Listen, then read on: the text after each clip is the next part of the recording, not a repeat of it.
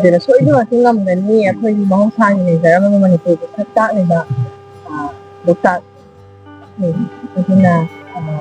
ꯃꯅꯤꯄꯨꯔꯒꯤ ꯄ꯭ꯔꯖꯥꯁꯤꯡꯗ ꯅꯣꯡ ꯐꯥꯗꯣꯛꯁꯨ ꯑꯗꯨꯝ ꯃꯄꯥꯟ ꯊꯣꯛꯅꯤꯡꯉꯦ ꯉꯥꯛꯇꯪ ꯅꯨꯡꯁꯤꯠ ꯂꯥꯡꯅꯤꯡꯉꯦ ꯍꯥꯏꯔꯒꯁꯨ ꯑꯅꯛꯄꯗ ꯂꯩꯕ ꯍꯥꯏꯇꯥꯔꯦ ꯌꯥꯝ ꯂꯥꯞꯅ ꯂꯩꯕ ꯋꯥꯡꯃꯗ ꯂꯩꯈꯤꯕ ꯑꯣꯏꯔꯒꯗꯤ ꯌꯥꯝ ꯅꯛꯅ ꯂꯩꯕ ꯏꯅꯥꯎꯁꯤꯡꯅ ꯍꯥꯏꯐꯦꯠ ꯂꯥꯛꯑꯒ ꯑꯗꯨꯝ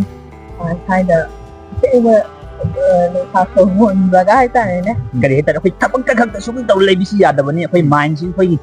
ꯕ꯭ꯔꯦꯟꯁꯤꯁꯨ ꯀꯔꯤꯒꯨꯝꯕ ꯃꯥꯒꯤ ꯔꯤꯂꯦꯛꯁ ꯇꯧꯍꯟꯕ ꯍꯥꯏꯗꯤ ꯐ꯭ꯔꯤ ꯑꯣꯏꯍꯟꯕ ꯑꯦꯟꯖꯣꯏ ꯇꯧꯍꯟꯕ ꯃꯊꯧ ꯇꯥꯏꯕ ꯑꯩꯈꯣꯏꯅ ꯑꯗꯨ ꯂꯩꯇꯥꯐꯝꯁꯨ ꯈꯪꯗꯦ ꯃꯌꯨꯝ ꯃꯩꯅ ꯆꯥꯛꯈꯤꯕꯗꯨꯗꯁꯨ ꯑꯗꯨ ꯃꯣꯏꯒꯤ ꯑꯋꯥꯕꯗꯨꯁꯨ ꯑꯩꯈꯣꯏ ꯐꯤꯜ ꯇꯧꯗꯕ ꯅꯠꯇꯦ ꯐꯥꯎꯔꯤꯅꯦꯕ ꯑꯩꯈꯣꯏꯗꯣ ꯑꯗꯨꯏꯁꯨ ꯀꯔꯤ ꯎꯄꯥꯏꯗꯨꯗꯩ ꯊꯥꯈ꯭ꯔꯕꯅꯤꯅ ꯅꯨꯡꯉꯥꯏꯇꯕꯁꯨ ꯐꯥꯎꯋꯦ ꯂꯥꯟꯁꯨ ꯊꯤꯡꯒꯠꯂꯨꯔꯅꯤꯡꯉꯦ ꯑꯗꯨꯕꯨ ꯂꯥꯟꯗꯤ ꯑꯗꯨꯝ ꯇꯧꯔ ꯂꯩꯕꯗꯨ ꯎꯄꯥꯏꯗꯤ ꯂꯩꯇꯦ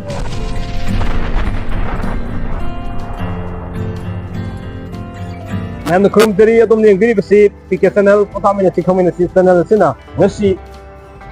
ꯂꯣꯛꯇꯥꯛ ꯁꯦꯟꯗ꯭ꯔꯥ ꯃꯐꯝꯁꯤꯗ ꯂꯥꯛꯇꯨꯅ ꯃꯐꯝꯁꯤꯗ ꯂꯩꯔꯤꯕ ꯄ꯭ꯔꯖꯥꯁꯤꯡ ꯑꯃꯗꯤ ꯃꯐꯝꯁꯤꯗ ꯃꯤ ꯚꯤꯖꯤꯇꯔꯁꯤꯡ ꯀꯌꯥꯝ ꯂꯥꯛꯄꯒꯦ ꯑꯃꯗꯤ ꯃꯈꯣꯏꯒꯤ ꯋꯥꯈꯜꯗ ꯀꯔꯤ ꯐꯥꯎꯕꯒꯦ ꯍꯥꯏꯕꯗꯨ ꯈꯪꯃꯤꯟꯅꯕꯒꯤ ꯇꯥꯟꯖꯥꯗꯨ ꯂꯧꯃꯤꯟꯅꯁꯤ ꯑꯗꯨꯅ ꯆꯦꯅꯦꯜ ꯑꯁꯤꯅ ꯃꯐꯝꯁꯤꯗ ꯂꯥꯛꯇꯨꯅ ꯉꯁꯤ ꯇꯣꯉꯥꯟ ꯇꯣꯉꯥꯟꯕ ꯃꯤꯑꯣꯏ ꯀꯌꯥ ꯎꯅꯕꯒꯤ ꯇꯥꯟꯖꯥꯗꯨ ꯂꯧꯖꯒꯦ ꯑꯃꯗꯤ ꯃꯐꯝꯁꯤꯗ ꯂꯩꯔꯤꯕ ꯄ꯭ꯔꯖꯥꯁꯤꯡ ꯂꯥꯟꯁꯤꯅ ꯆꯩꯊꯦꯡ ꯀꯌꯥ ꯌꯥꯝꯅ ꯄꯤꯕꯒꯦ ꯑꯃꯗꯤ ꯃꯐꯝꯁꯤꯗ ꯚꯤꯖꯤꯇꯔꯁꯤꯡ ꯀꯌꯥꯝ ꯂꯥꯛꯀꯦ ꯍꯥꯏꯕꯗꯨ ꯈꯪꯃꯤꯟꯅꯕꯒꯤ ꯇꯥꯟꯖꯥꯗꯨ ꯉꯁꯤ ꯂꯧꯃꯤꯟꯅꯁꯤ ꯍꯥꯏꯗꯨꯅ ꯉꯁꯤꯒꯤ ꯚꯤꯗꯤꯑꯣꯁꯤ ꯄꯨꯗꯨꯅ ꯂꯥꯛꯆꯕꯅꯤ ꯃꯌꯥꯝ ꯃꯄꯨꯡ ꯐꯥꯅ ꯑꯃꯨꯛꯇ ꯌꯦꯡꯃꯤꯟꯅꯁꯤ ꯑꯩꯅ ꯂꯩꯖꯔꯤꯕ ꯃꯐꯝ ꯑꯁꯤ ꯂꯣꯛꯇꯥꯛ ꯗꯦꯕꯂꯞꯃꯦꯟ ꯑꯣꯊꯣꯔꯤꯇꯤꯒꯤ ꯑꯩꯈꯣꯏꯒꯤ ꯑꯣꯐꯤꯁꯁꯤꯗꯅꯤ ꯍꯥꯏꯔꯤꯕ ꯑꯣꯐꯤꯁꯁꯤꯗ ꯂꯩꯔꯤꯕ ꯁ꯭ꯇꯥꯐꯁꯤꯡ ꯑꯃꯗꯤ ꯃꯐꯝꯁꯤꯗ ꯂꯥꯛꯄꯤꯔꯤꯕ ꯄ꯭ꯔꯖꯥꯁꯤꯡꯗ ꯃꯍꯧꯁꯥ ꯂꯩꯔꯤꯕ ꯐꯤꯕꯝꯁꯤꯡꯗꯨꯒ ꯍꯧꯖꯤꯛ ꯍꯧꯈꯤꯕ ꯃꯦꯒꯤ ꯇꯥꯡ 3ꯗꯒꯤ ꯍꯧꯖꯤꯛ ꯂꯦꯞꯇꯅ ꯆꯠꯊꯔꯤꯕ ꯂꯥꯟꯁꯤꯅ ꯃꯔꯝ ꯑꯣꯏꯔꯒ ꯀꯌꯥꯃꯨꯛ ꯌꯥꯝꯅ ꯆꯩꯊꯦꯡ ꯄꯤꯕꯒꯦ ꯍꯥꯏꯕꯗꯨ ꯑꯩꯈꯣꯏ ꯂꯣꯏꯅ ꯈꯪꯃꯤꯟꯅꯕꯒꯤ ꯇꯥꯟꯖꯥꯗꯨ ꯂꯧꯃꯤꯟꯅꯁꯤ ꯁꯤꯗ ꯑꯩꯈꯣꯏꯒꯤ ꯇꯤꯀꯦꯠ ꯀꯥꯎꯟꯇꯔ ꯂꯩꯔꯦ ओके सुनदा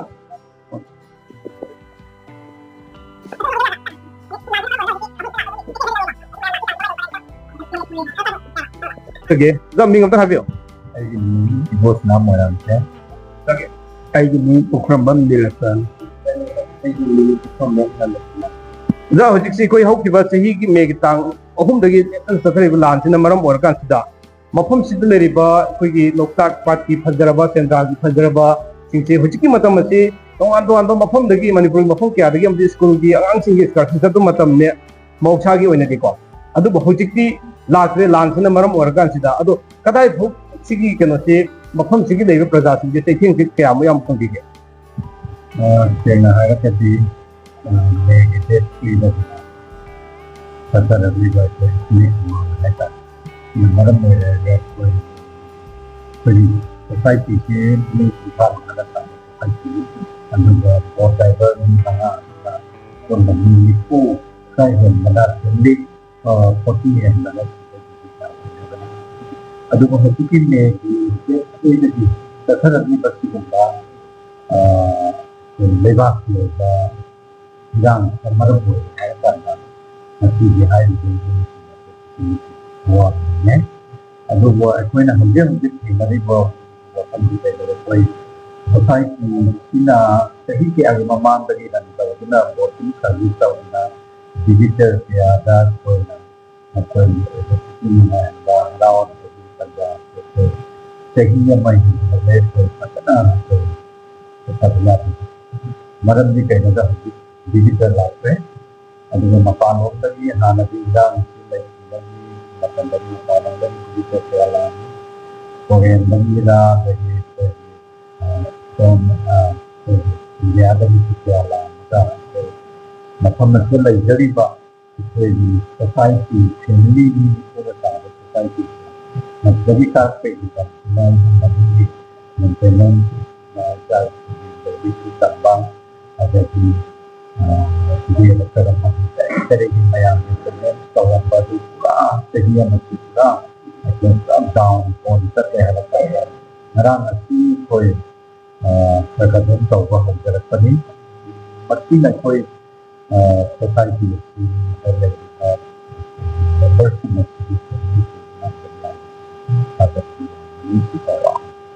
हजिकी कोई किसी की मयाम येंगनबगी कनो से ओपन तो बजिंग रंग दे होबने हाबिब्रा ओबदी हफ्ता की ममांग दे हजिक कोई सिनाव सिंह खरा लाए सिनाव सिंह मिंग थाबियो ꯕꯤꯗ꯭ꯌꯥꯁꯥꯒꯔ ꯃꯣꯏꯔꯥꯡꯗ ꯂꯩꯐꯝꯗꯤ ꯃꯣꯏꯔꯥꯡꯈꯗꯒꯤ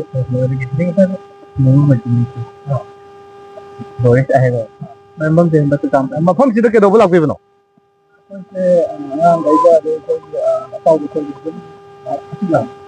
ꯂꯥꯛꯄ ꯍꯧꯖꯤꯛꯇꯤ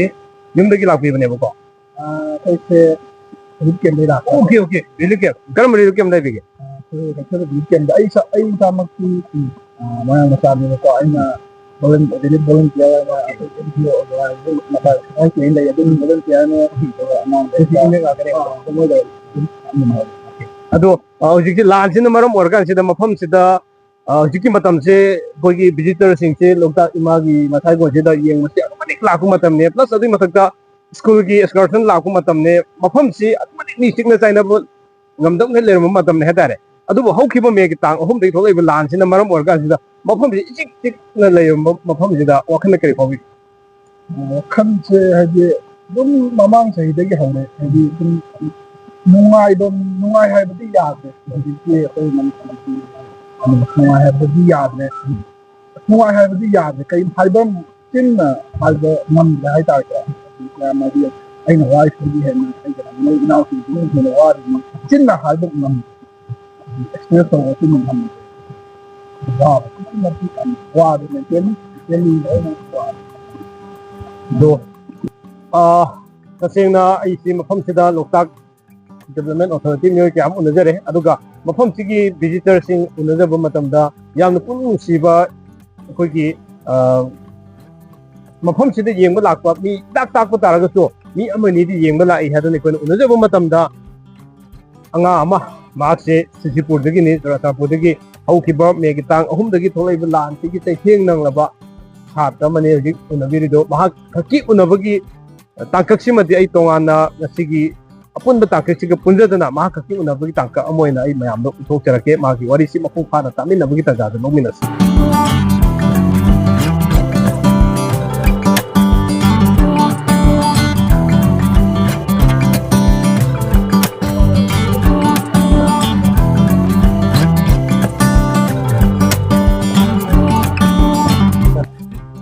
हौजिकसे अखोई मफम से मौसा की मतमददी मी अखोई ही तोंजगे हाय मतमदा बोट तोंजगे हाय मतमदा क्यू लेपनब मतमनी अदुबो सिगी टाइमिंग सिदा हौजिकि 2024 मतम सिदा लान सिन पीरिबा चैथेंग से मुक्तें येंबियो ही सिफावदा इसंकारे हाय तारे हौजिकि बोट सिफावदा इसंकादुना लेरे अदुना लोकताक डेवलपमेंट अथॉरिटी की माइकेदगी हौजिक मयाम येंबल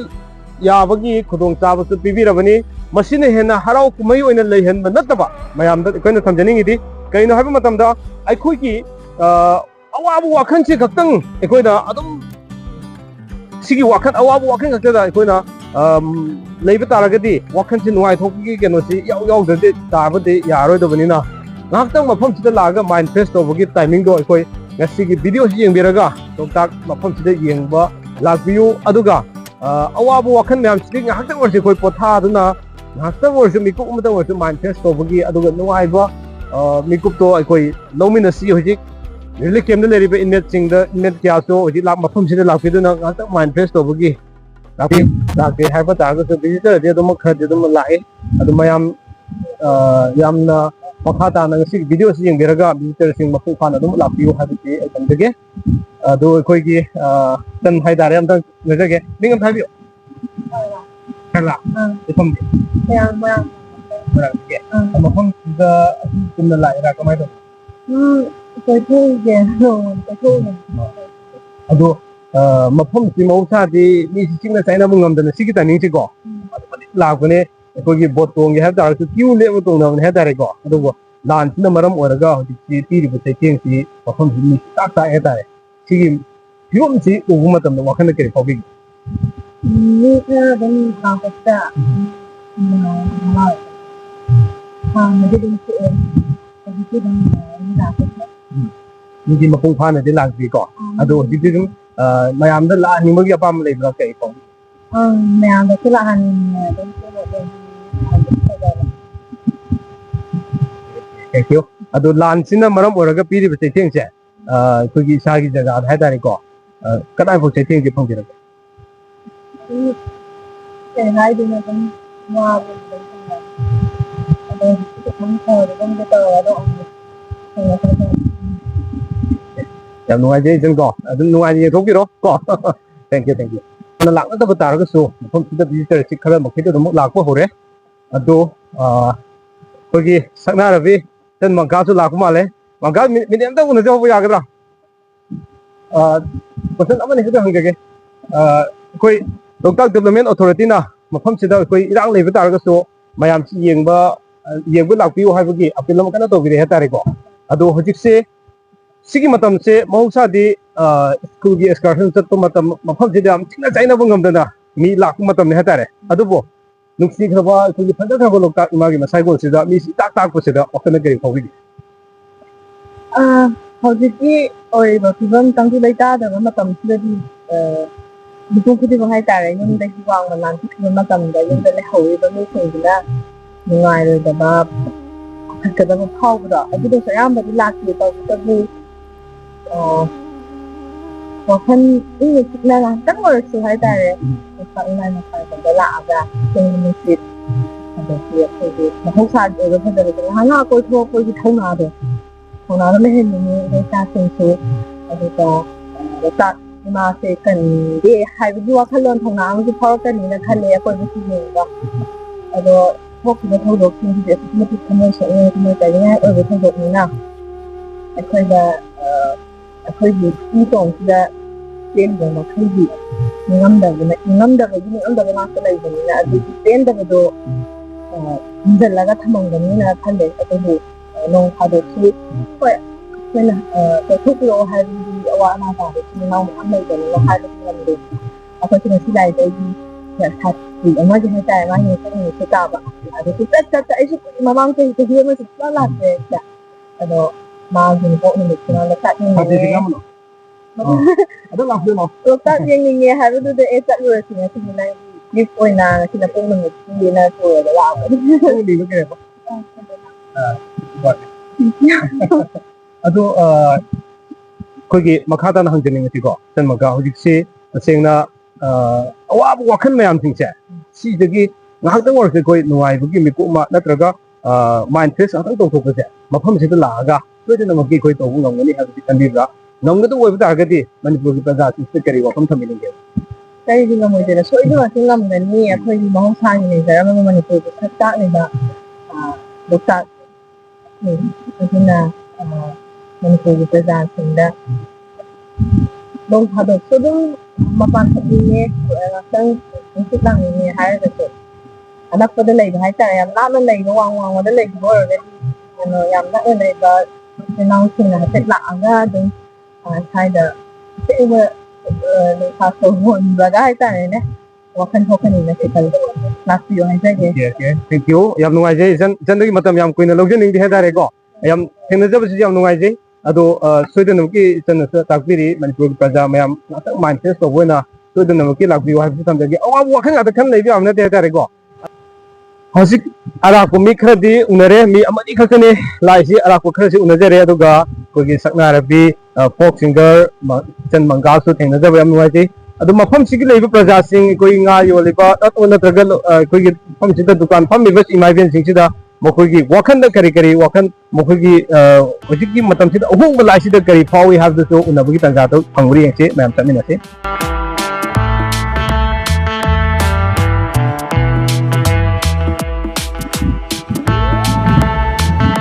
Oke makata na mafam sida riba imagine sing amadi mafam sida pote yon diri ba singda makoi gi wakan da kari fawi have do koi khami nabugi tanja am tang lomi na se tasena akoi gi market si lumai sing se hana dona mapung phana pham do oidre mi su lak na bi chang jam phanthai aduga lumai si hang bagi ama ubu phangi sigi matang sida kari leibagi no have do koi khami nabugi tanja do matang lomi na se koi imagine sing kha unajage mami ta bi ni ko ni mafam sida hana ju sum ai koi po yon de ba nga yon ne thau sim to bi bra to yon ado hana di mafam se mi sing na sai na bu ngam dong he le ram mafam ne lan sina maram oraga mi si tak bu gum to he ta re ado wakan ga phobi ge Laan sina yama su nungai da su poe aduga lai tala ba ko di nga sa go laga no ma di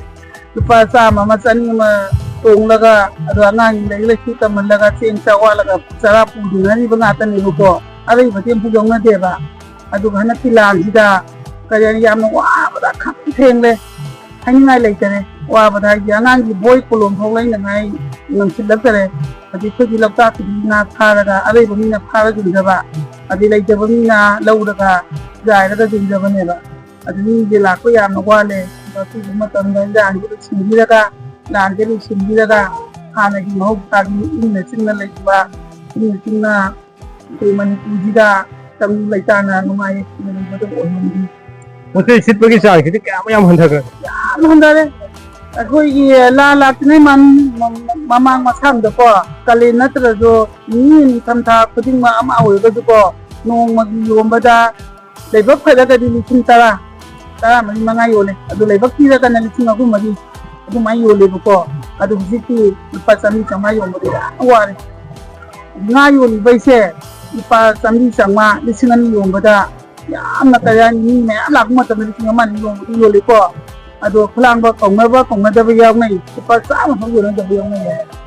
ꯄꯣꯠꯆꯩ ꯁꯤꯠꯄꯒꯤ ꯃꯤ ꯂꯥꯛꯅꯗ꯭ꯔꯕꯅꯤꯅ ꯄꯣꯠ ꯁꯤꯠꯄꯒꯤ ꯆꯥꯡꯁꯨ ꯑꯗꯨꯛ ꯃꯇꯤꯛ ꯌꯥꯝ ꯍꯟꯊꯔꯦ ꯍꯥꯏꯕꯅꯤ ꯑꯗꯨꯅ ꯁꯨꯇꯁꯨ ꯅꯠꯇꯅ ꯃꯐꯝꯁꯤꯒꯤ ꯂꯩꯕ ꯄ꯭ꯔꯖꯥꯁꯤꯡꯗ ꯍꯤꯡꯕꯒꯤ ꯖꯤꯕꯤꯀꯥ ꯑꯣꯏꯖꯔꯤꯕ ꯃꯐꯝꯁꯤꯒꯤ ꯉꯥ ꯐꯥꯔꯒ ꯉꯥ ꯌꯣꯟꯕ ꯑꯃꯗꯤ ꯃꯌꯥꯝꯅ ꯂꯥꯛꯑꯒ ꯃꯅꯤꯄꯨꯔ ꯄ꯭ꯔꯖꯥ ꯃꯌꯥꯝꯁꯤꯅ ꯂꯥꯛꯑꯒ ꯃꯐꯝꯁꯤꯗ ꯂꯩꯕꯒꯤ ꯆꯥꯡꯗꯣ ꯂꯥꯛꯄꯗꯣ ꯍꯟꯊꯔꯕꯅꯤꯅ ꯑꯗꯨꯛ ꯃꯇꯤꯛ ꯍꯟꯊꯔꯕꯅꯤꯅ ꯃꯐꯝꯁꯤꯒꯤ ꯄ꯭ꯔꯖꯥꯁꯤꯡꯁꯤ ꯍꯤꯡꯕꯗ ꯑꯗꯨꯛ ꯃꯇꯤꯛ ꯑꯋꯥꯕ ꯃꯥꯌꯣꯛꯅꯔꯦ ꯍꯥꯏꯕꯅꯦ ꯊꯝꯕꯤꯔꯤꯁꯦ ꯃꯃꯤ ꯑꯝꯇ ꯍꯥꯏꯕꯤꯌꯨ ꯍꯣꯏ ꯗꯦꯃꯟ ꯏꯃꯥꯁꯨ ꯁꯤꯗ ꯂꯨꯃꯥꯏ ꯐꯝꯕꯤꯕ꯭ꯔꯣ ꯀꯗꯥꯏꯗ ꯐꯝꯕꯤꯕ꯭ꯔꯣ ꯁꯤꯗ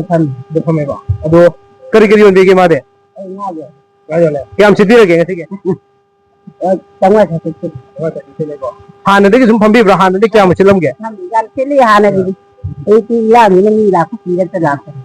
ꯑꯗꯣ ꯍꯧꯖꯤꯛ ꯑꯩꯈꯣꯏ ꯂꯣꯛꯇꯥꯛ ꯗꯦꯕꯂꯞꯃꯦꯟ ꯑꯣꯊꯣꯔꯤꯇꯤꯅꯁꯨ ꯑꯩꯈꯣꯏ ꯃꯌꯥꯝ ꯂꯥꯛꯄꯤꯌꯨ ꯍꯥꯏꯕ ꯌꯥꯝꯁꯨ ꯇꯧꯕꯤꯔꯦ ꯍꯥꯏꯇꯥꯔꯦꯀꯣ ꯉꯥꯏꯍꯥꯛꯇꯪ ꯂꯥꯟꯁꯤꯒꯤ ꯑꯋꯥꯕ ꯋꯥꯈꯜ ꯃꯌꯥꯝꯁꯤꯒ ꯈꯟꯕ ꯅꯠꯇꯕ ꯉꯥꯏꯍꯥꯛꯇꯪ ꯑꯩꯈꯣꯏꯒꯤ ꯋꯥꯈꯜꯁꯤ ꯃꯥꯏꯟ ꯐ꯭ꯔꯦꯁ ꯇꯧꯊꯣꯛꯄ ꯑꯣꯏꯅ ꯂꯥꯛꯄꯤꯌꯣ ꯍꯥꯏꯕꯒꯤ ꯑꯄꯤꯜꯁꯨ ꯇꯧꯕꯤꯔꯛꯄ ꯂꯩꯔꯦ ꯂꯥꯛꯑꯒꯗꯤ ꯁꯣꯏꯗꯅ ꯄꯣꯠꯁꯤ ꯑꯗꯨꯝ ꯃꯌꯥꯝꯕꯨ ꯂꯥꯛꯑꯒꯗꯤ ꯄꯣꯠꯁꯤ ꯍꯦꯟꯒꯠꯀꯅꯦꯅ ꯈꯟꯕꯤꯕ꯭ꯔꯣ ꯍꯦꯟꯒꯠꯀꯅꯤ ꯀꯥꯂꯦꯟ ꯍꯧꯖꯤꯛꯇꯤ ꯏꯔꯥꯡꯁꯤꯅ ꯂꯥꯛꯇꯔꯦ ꯑꯗꯣ ꯏꯔꯥꯡꯁꯤꯒꯤ ꯂꯥꯟꯁꯤꯒꯤ ꯃꯇꯥꯡꯗ ꯀꯔꯤ ꯋꯥꯐꯝ ꯊꯝꯕꯤꯅꯤꯡꯒꯦ ꯐꯥꯅꯤꯉꯦ ꯂꯦꯝꯃꯜꯂꯤꯉꯦ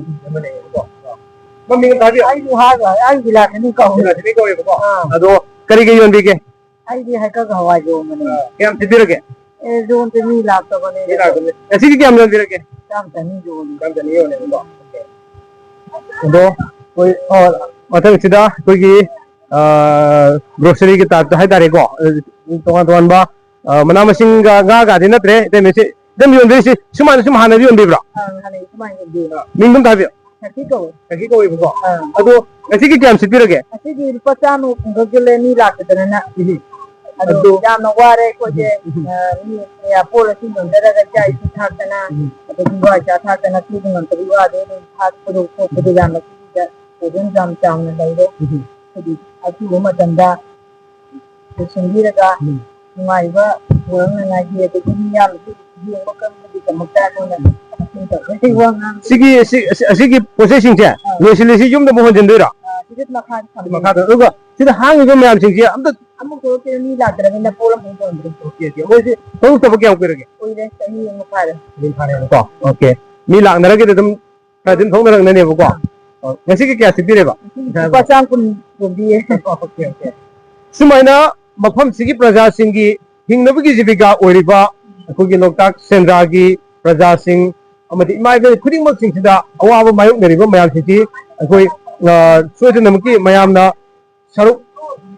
ꯁꯣꯏꯗꯅꯃꯛꯀꯤ ꯃꯌꯥꯝꯅ ꯃꯐꯝꯁꯤ ꯉꯥꯏꯍꯥꯛꯇꯪ ꯑꯣꯏꯔꯁꯨ ꯋꯥꯈꯜ ꯑꯋꯥꯕ ꯋꯥꯈꯜ ꯃꯌꯥꯝꯗꯨ ꯀꯥꯎꯊꯣꯛꯅꯕꯒꯤ ꯂꯥꯛꯄꯤꯕ ꯑꯣꯏꯅ ꯃꯌꯥꯝꯁꯤꯒꯤ ꯃꯐꯝꯁꯤꯗ ꯂꯩꯔꯤꯕ ꯄꯣꯠꯆꯩꯁꯤꯡ ꯑꯩꯈꯣꯏ ꯌꯥꯝꯅ ꯑꯣꯔꯒꯥꯅꯤꯛ ꯑꯣꯏꯕ ꯄꯣꯠ ꯉꯥꯛꯇꯅꯤ ꯁꯤ ꯑꯩꯈꯣꯏ ꯆꯥꯃꯤꯟꯅꯗꯨꯅ ꯑꯩꯈꯣꯏꯒꯤ ꯂꯩꯃꯤꯟꯅꯗꯨꯅ ꯑꯩꯈꯣꯏ ꯑꯃꯅꯕꯨ ꯃꯇꯦꯡ ꯄꯥꯡꯅꯕ ꯑꯣꯏꯅ ꯂꯧꯃꯤꯟꯅꯁꯤ ꯑꯩꯈꯣꯏ ꯍꯤꯡꯃꯤꯟꯅꯕꯒꯤ ꯋꯥꯈꯜꯂꯣꯟꯗ ꯐꯥꯎꯃꯤꯟꯅꯁꯤ ꯍꯥꯏꯇꯥꯔꯦ ꯑꯗꯨ ꯃꯊꯪ ꯑꯩꯈꯣꯏ ꯏꯃꯥꯗꯨ ꯎꯅꯖꯒꯦ ꯏꯃꯥ ꯍꯩꯀꯛ ꯌꯣꯟꯕꯤꯕ꯭ꯔꯣ ꯏꯃꯥꯁꯤꯕꯣ ꯉꯥꯁꯤ ꯌꯣꯜꯂꯦꯕ ꯉꯁꯤ ꯀꯌꯥꯝ ꯁꯤꯠꯄꯤꯔꯒꯦ ꯉꯁꯤꯗꯤ ꯉꯥ ꯁꯤꯠꯇꯦ ꯈꯨꯂꯪꯕꯥꯟ ꯀꯧꯕꯇ ꯉꯥꯏ ꯑꯣꯀꯦ ꯏꯃꯥꯒꯤ ꯃꯤꯡꯗꯨ ꯀꯔꯤꯕ ꯏꯆꯦꯁꯣꯔꯤ ꯏꯆꯦꯁꯣꯔꯤꯀꯣ ꯃꯐꯝꯁꯤꯗꯒꯤꯔꯥ ꯑꯗꯣ ꯀꯔꯤ ꯐꯥꯎꯕꯤꯒꯦ ꯋꯥꯈꯜꯗ ꯍꯧꯖꯤꯛꯁꯦ ꯁꯨꯃꯥꯏꯅ ꯂꯥꯟꯁꯤꯅ ꯃꯔꯝ ꯑꯣꯏꯔꯒ ꯂꯥꯟꯁꯤꯅ ꯃꯔꯝ ꯑꯣꯏꯔꯒ ꯅꯥꯇꯩ ꯆꯥꯕ ꯆꯥꯗꯔꯦ ꯁꯨꯕ ꯅꯣꯝꯕꯀꯣ ꯉꯥꯗꯨ ꯉꯥ ꯐꯥꯕ ꯆꯠꯂꯦ ꯅꯣꯡ ꯆꯨꯈꯤꯗꯅ ꯁꯤꯒꯗ꯭ꯔꯥ ꯍꯥꯏꯅ ꯉꯥ ꯐꯥꯕ ꯆꯠꯇꯔꯦ ꯑꯗꯨꯗꯒꯤ ꯂꯩꯔꯤꯕ ꯄ꯭ꯔꯖꯥꯁꯤꯡꯁꯦ ꯌꯦꯡꯉꯣ ꯁꯨꯔꯒ ꯆꯥꯅꯕꯃꯛꯇꯅꯦ ꯇꯣꯂꯣꯞ ꯆꯥꯕ ꯂꯩꯕ ꯅꯠꯇꯦ aduna sida du na gele ni la ko la ta bo da taure na pai ta ta sumaina koi mafam khudimukta sigi lumai pareng sisu loina hangi hatare hangi go lumai pareng sida koi ki kari gi har matam de tholaga nongum chumna tholaga ko se si sitpagi sangsi mayamna leina bagi mafam du leidrabani na aduna adum hingmada adum adik awaba kya ma mayok nare habasi ngasi mafam sida phambiri ba imai ben sing dagi koina paudam si khangjei adu koi iten mamtang unajauge iten je sai somna nakana leibane mingduna habira ma mingduna ai sila ko ko don di tawa sibo ja kani ke yon dege nasi ke kam sitir ge nasi tani tong dang yo hanadi akoi gi lanji lagri mamang de ko nong da kyam silam ge no ni ahum ai banga ta re ta re madi ke sayam tan ba matam ne ba do ti ya ta re na yam nuai de ko ado kari habini ge lanji lo hening bagi ba magi badana kari habini matam na lo sindi ba lan ti lai la ni na ko ko ba no lai ta ni sa di ko to ko di sumaina koi mafam khudimukta sigi hal de mafam se mute yenginasi koi gi kari gi no mafam sida koi tholok ta sahi phare hai sahi phana tholok ti se ke no matam da mafam sida thoga pot leibi na mi do lagdrabani na lanjina piri ba che che ke am yam pi ha do mafam sida koi amtang leibi ba mafam sigi praja singna koi kamai to ge matam da hingnabi jibiga ori ba mayam ki loi mangi ha tare aduna lokta imagi thajaba si khangina bi ta ja so koi loina mangchile ha ba pham tham deri sigi lans ne maram oraga mafam sida koi hingnabi jibiga orama kya su loina mang re do bo yamna thonga phabi chan ahumna ngasi mafam sida koi hotel phamam basi ujago tam dai changjara koni chan igai bi hogo pi noi gi thona di chan singi thona do yam appreciate to jabo ko adu gi dam te changjara koni chan ningam da bi se habi ai di na salam bina ya tum de hindi sida ka tunde ai di na bisu mo yan sen chan da gi ko ai de ai na pen ba ado chan ahum te se phami se kyam ko ri mafam sida sumaina koi hotel phambi ba se me he dai me he le ko ado post sitpugi sang ke kyam bigi hodi se hodi ti kha handa re harau ko mai matam ni he dis ngasi gi ne kyam sidir ge asi gi pa di sin yani mu ado akoi chan ahum na sumaina biram se yamna ine appreciate to ge bai tare ko chan singi thongna se aduna ai mayam to sigi sigumagi thongna se hadi akoi isana hingnabugi da mukta ko isana isagi khumang man koi sigum sigbo to bu ya habini ting mukya ge mayam da thok pining mu keno le ram da male kari wakhan da ge sumaina chan ahum na mafam se dai koi mayam ge seba to biram bagi wakhan si kari wakhan ni bhogi rake kana na hodo pi rake koi mai manara manmun manara ga smile to ko haidi exam ka dei do bagi do matam hang bo leidana adu di do paisa ka ta si dong koi matam ma di so ki na ga smile to de ado hojik se si mafam sidadi hana kana phamonge mafam se imagine hamam me ado moi dan le ibadu maram mo pham da bi da koi na ma hu da ga pham da ado sidagi lakwa income se si lakwa income se sina kari line da sina wi ge imong di sina da yawi ado nang pa mapa lam di le ko ko ta thado thadi ta wi ado awai pa dang ni kari na chang go ne sin hobe se Sidu bora cha tharoi bora tharoi thongba ado tharoi thongba bora to se di sa tadi sin din to to to ne alam ba pang na hap ni da thar ni na hana di lam ko mane ti ma ado ai tagi hona phambi bra kamai to ke ko ji pung ama da di dum ho pham da ai te phamdra ai te pham de sabok yum di thabok to na re di da ado hojik se sendra sida mayam lakpu gi tang ti irang sin maram oraga mati hanthare ko ado sai gi matang sida wakhan kare phogi ke haji hana mafam se sigi timing se mi chingna chaina mu ngam dong de leiba matam ne ha tare ko mafam dagi koi person lakpa naga ado lokta sendra ti yeng lakna bani ado lan sin maram oraga piri be Cheitheng se ado mati hojik gi mi siam lakna dre ha tare ko lakna dr sin maram oraga sida imung da koina thengna ba Sendra Prajasingi Thing, Cheitheng is a boy on the lady. Aside the day the meeting, the Wana, the Moy, the Hadi. Moya, when I put the potato, Toptoppa, who is Abanga, Moy. I do not Hadi, Moy after the Puju, 200. I supposed to don't like to power it. I do the say Laan Cinema Moraga, a Koimisi Tata, Yariko, Ado, Laan, see Louis in the Target, Macomini, young Benego, Ado, Lancy, Karaton, and Lucky the Magda, Esse, Satdiamuina, Yariko, Kariwa Hutami, I don't know, this is Pamela idea. Yami, Macajo, one in my taxi or 40 days so I did a tap on the Kong, my taxi.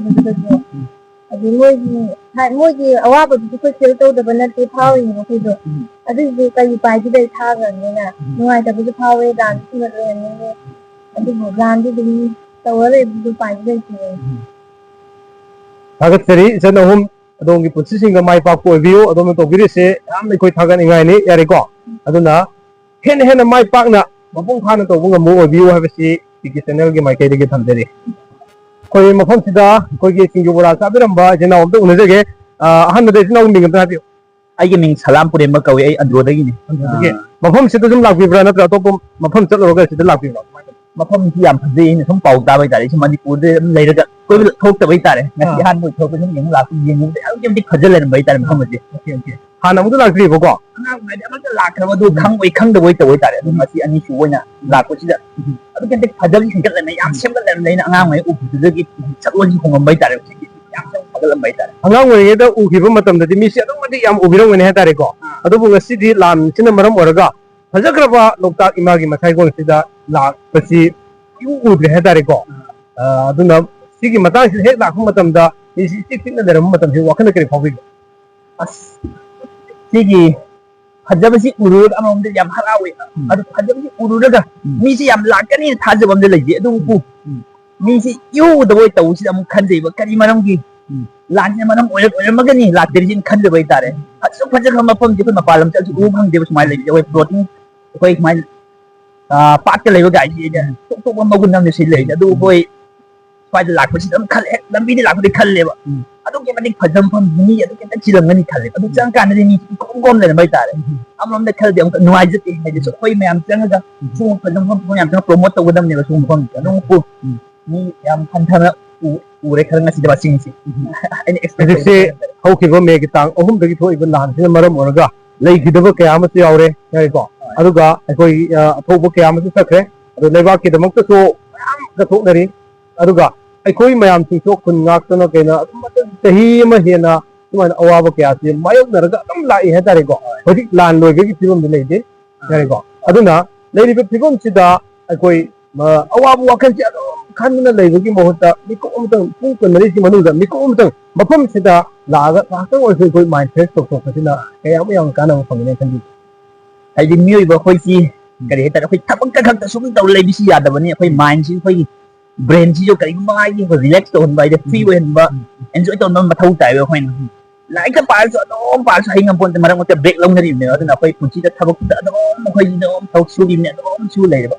Otherwise, I see some nature.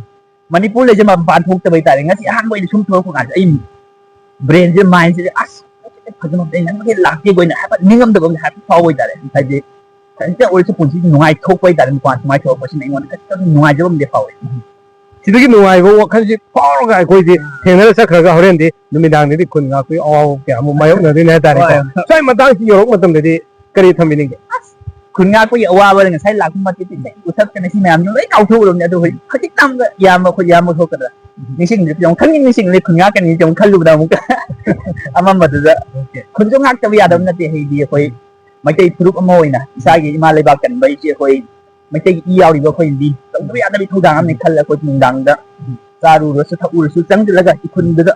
ใช่อีกคนนั่นจังงาจังที่ต้องไปอาจจะไปทุดังมันอามาสู้ไอ้เขาก็เลยไปจีนน่าวมาดีเองเลยไปมาสิงสู้บางคนที่ทวายยังไอ้บลานที่เด้อไม่คุณงาคนมาเตียงปังวิสัยจะดีอย่างนู้นไอ้เจ้าสิน้องสิงตั้งอีกคนที่มันจะบอกก็อะดูก็มาคงจะได้ ꯊꯦꯡꯅꯖꯕꯁꯤ ꯌꯥꯝ ꯅꯨꯡꯉꯥꯏꯖꯩ ꯆꯦꯅꯦꯜꯁꯤꯒꯤ ꯃꯥꯏꯀꯩꯗꯒꯤꯁꯨ ꯑꯗꯨꯒ ꯑꯋꯥ ꯅꯨꯡꯉꯥꯏ ꯃꯌꯥꯝ ꯄꯥꯎꯗꯝꯖꯕꯒꯤ ꯇꯥꯟꯖꯥꯁꯤ ꯑꯩꯈꯣꯏ ꯐꯪꯖꯕ ꯑꯗꯨꯒ ꯃꯐꯝꯁꯤꯗ ꯃꯤ ꯑꯗꯨꯛ ꯃꯇꯤꯛ ꯌꯥꯝ ꯂꯥꯛꯄ ꯇꯥꯔꯒꯗꯤ ꯂꯥꯛꯏꯕ ꯃꯌꯥꯝꯗ ꯑꯩꯈꯣꯏ ꯎꯅꯖꯒꯦ ꯈꯟꯖꯕꯅꯤ ꯂꯥꯏꯕꯛ ꯊꯤꯕꯗꯤ ꯍꯧꯖꯤꯛ ꯃꯐꯝꯁꯤꯗ ꯂꯥꯛꯄꯒꯤ ꯈꯨꯗꯣꯡꯆꯥꯕꯗꯨ ꯂꯩꯅꯗꯕ꯭ꯔꯥ ꯑꯣꯔ ꯅꯠꯇ꯭ꯔꯒ ꯃꯐꯝꯁꯤꯗ ꯂꯥꯛꯅꯤꯡꯕꯒꯤ ꯑꯁꯥꯗꯨ ꯂꯩꯅꯗꯕ꯭ꯔꯥ ꯑꯗꯨꯅ ꯃꯔꯝ ꯑꯣꯏꯔꯀꯥꯟꯁꯤꯗ ꯑꯩꯈꯣꯏ ꯃꯤꯁꯤ ꯏꯇꯥꯛ ꯇꯥꯛꯄ ꯑꯗꯨꯅ ꯃꯔꯝ ꯑꯣꯏꯔꯀꯥꯟꯁꯤꯗ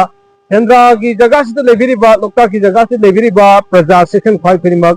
ꯃꯈꯣꯏꯒꯤ ꯍꯤꯡꯅꯕꯒꯤ ꯖꯤꯕꯤꯀꯥꯗꯤ ꯃꯐꯝꯁꯤꯗꯒꯤ ꯉꯥ ꯐꯥꯔꯒ ꯃꯐꯝꯁꯤꯗꯒꯤ ꯍꯩꯀꯠ ꯍꯦꯛꯑꯒ ꯃꯌꯥꯝꯗ ꯐꯪꯍꯟꯕꯤꯕ ꯃꯌꯥꯝꯅ ꯂꯩꯕꯤꯕ ꯃꯐꯝꯁꯤ ꯂꯥꯛꯄ ꯃꯌꯥꯝꯅ ꯂꯩꯕꯤꯕ ꯑꯗꯨꯕꯨ ꯃꯐꯝꯁꯤꯗ ꯂꯥꯛꯄꯒꯤ ꯆꯥꯡꯁꯤ ꯍꯟꯊꯔꯕꯅꯤꯅ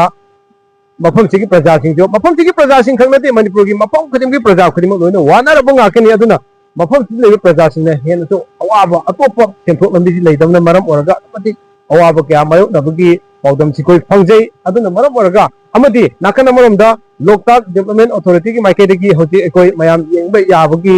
खुदों जावदि कोइ पिजरे अदुन मयाम लाकपियो हाइबगी अपील तोबिरकपा हाइबे मतंग सिदा लानसिना मरम ओरगा नुवाइ थोपगी लाकपिबे नतबा अवाब मैम से मिकूम गसाई थमजबदनी मिकूम तो कोई माइंड से रिलैक्स तौनबगी तंजादो लौमिनसी अपील तौबिरे वीडियो से येंबिरगा मैम थमजनिंगी कोई अवाब वखन मैम अवाब हेंखिबा अहिंग तुम्दब कयासिना चादब तुम्दब कयासिना मरम ओरगा हेन अनाब कयासु लाकनबगी मचा ओइबनिना अखोई नाब यादे हाइबो वफम सिगा लोइनना नाब यादे अखोई पांगन कन्न लेदब यादे अदुना मरम ओरगा मिकू अमतंग ओरसु कोई माइंड से रिलैक्स तो बोइना मफम सिदा लाकमिनबगी तंजादो लौबियो हाइबो वफम से थमजरगा नौ मैम थगसरी अदुगा ngasiगी वीडियो से मतंग साइड टेंशन जनबगी तंजादो लौजगे पुनमुकना लोइ फाव मियंग ताबिबगी तम मसंदा थगसरी इनाउसिंग कंगलैपाम याइफरे लाउसे कंगलैपाम ना याइफरे